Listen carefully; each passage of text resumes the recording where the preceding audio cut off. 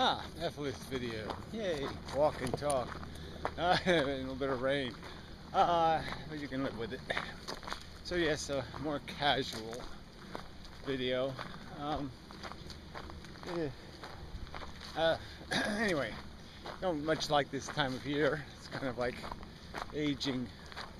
It's this whole dying thing. So that's kind of a good subject. Circle of life idea, and how wonderful it all is, by the traditional rationalizations and clearly a bunch of optimism bias in a sense. But I guess I wanted to get to just the perspective is just so dishonest, and you can sort of see that in the way people view death. They pay no attention, the common pop culture kind of thing. It's almost like they pay an opposite kind of attention to the way people die. It almost seems like they see more tragedy in the quick, almost instantaneous death, that's decisive and aggressive, and pay no respect for the tragedy of the slow, horrid, the most insidious kind of torturous death. It's just kind of funny that it's like that. Why would people do that? Why would the common perspective be that death is somehow much more horrible? When your plane goes 600 miles an hour into the ground, and you die in some fraction of a second, versus you get hit by a drunk and slowly bleed out over the next 6 hours, in a ditch somewhere. Just kind of strange. And they almost applaud the near-death experience. So if you get, crushed in an earthquake, and spend 6 horrible days struggling to survive, and you do survive, this is a great thing. When you spend 6 horrible days. So, this common perspective does seem to be void of any appreciation for what I would consider the important consideration, which is, how much suffering do you do? How long are you tortured? How long you're tortured means something. The fact that you're going to get tortured, I suppose, is a fact. And it's certainly a good thing to endure less torture. Yeah, that makes sense to me. And so that bias, that distortion, that insane perversion of perspective, I think, is indicting evidence of the common perspective. The very fact that they have, seaside memorials for the victims of, plane crashes and stuff, when they don't do anything like that, for victims of alcohol or something. Somehow, because it's not stylish enough way to die. You can have 8 victims of a homicidal murderer, and everybody will know their names, but no one will know the names of the 8 people who died in a nursing home today. Slowly and horribly. Uh, I'd say that's evidence of a culture that has perverse values, values that don't have any logical continuity with reality.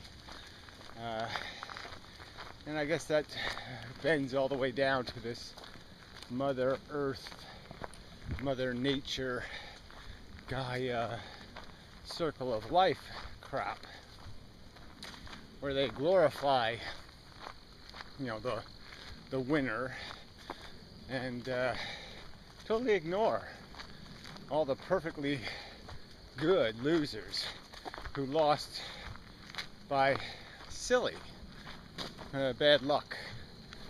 And even if they lost because they're actually birth defected, they actually have bad genetic combinations, or they have a great genetic combination, but it just didn't bake right in the oven. Nothing, no no acknowledgement of that's the price paid for your gold medal winner.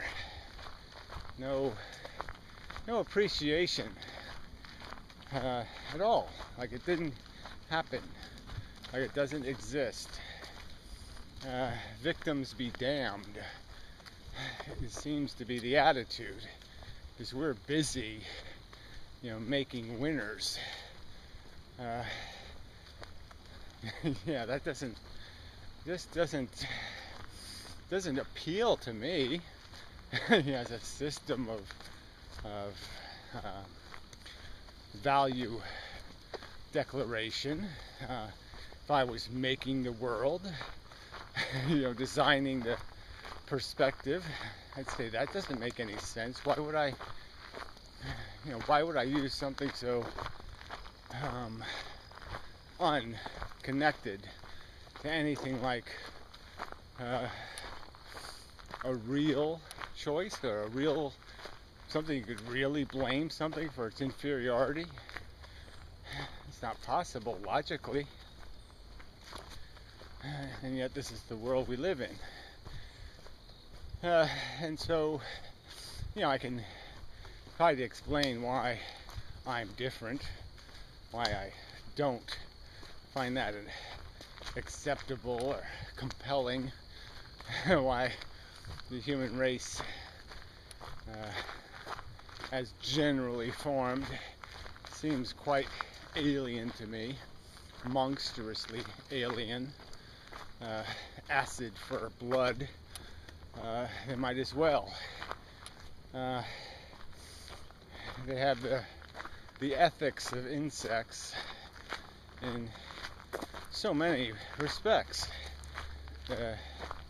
Complete, again, ignorance. So, even though they've been exposed to the facts, they've seen the nature shows, they've seen the attrition, the baby elephants eaten alive, all the minor and kind of major horrors that nature uses as one of its cooking ingredients.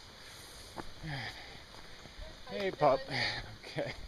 You're very good. Yes, you are.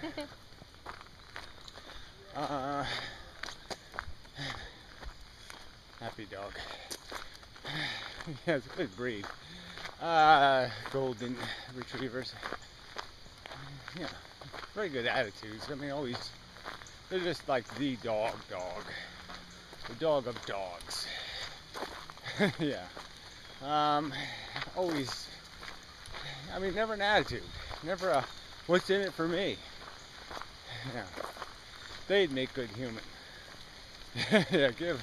Give golden retrievers intelligence, and they probably just watch cartoons. But anyway, it doesn't matter. It's not a viable subject, I suppose.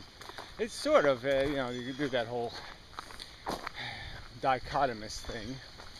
Saw the original Planet of the Apes the other day, and the whole idea of separating human personality or personality type or even ideology. That's even more correct. Separating human points of view into races of simian, gorilla, chimpanzee, orangutan. They conveniently eliminate all the other monkeys. Yeah, don't have to deal with the baboons. But anyway,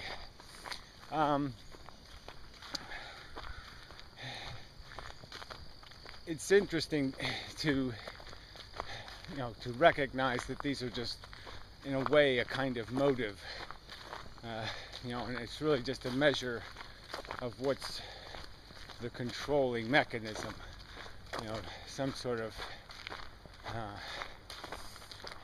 devotion to logic and truth and understanding, concepts like that, or devotion to this self-interest, is what's in it for me. Does it fill my belly? Go no deeper.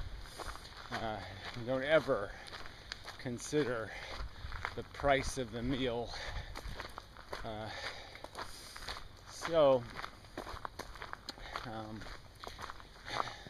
that's what the conversation, in a sense, is really about. Always is what are you going to view the world through?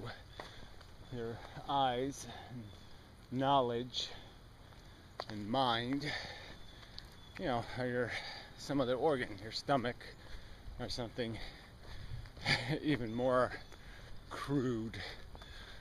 And the answer, obviously, has been for the masses, me hungry, me horny. Not much else to say.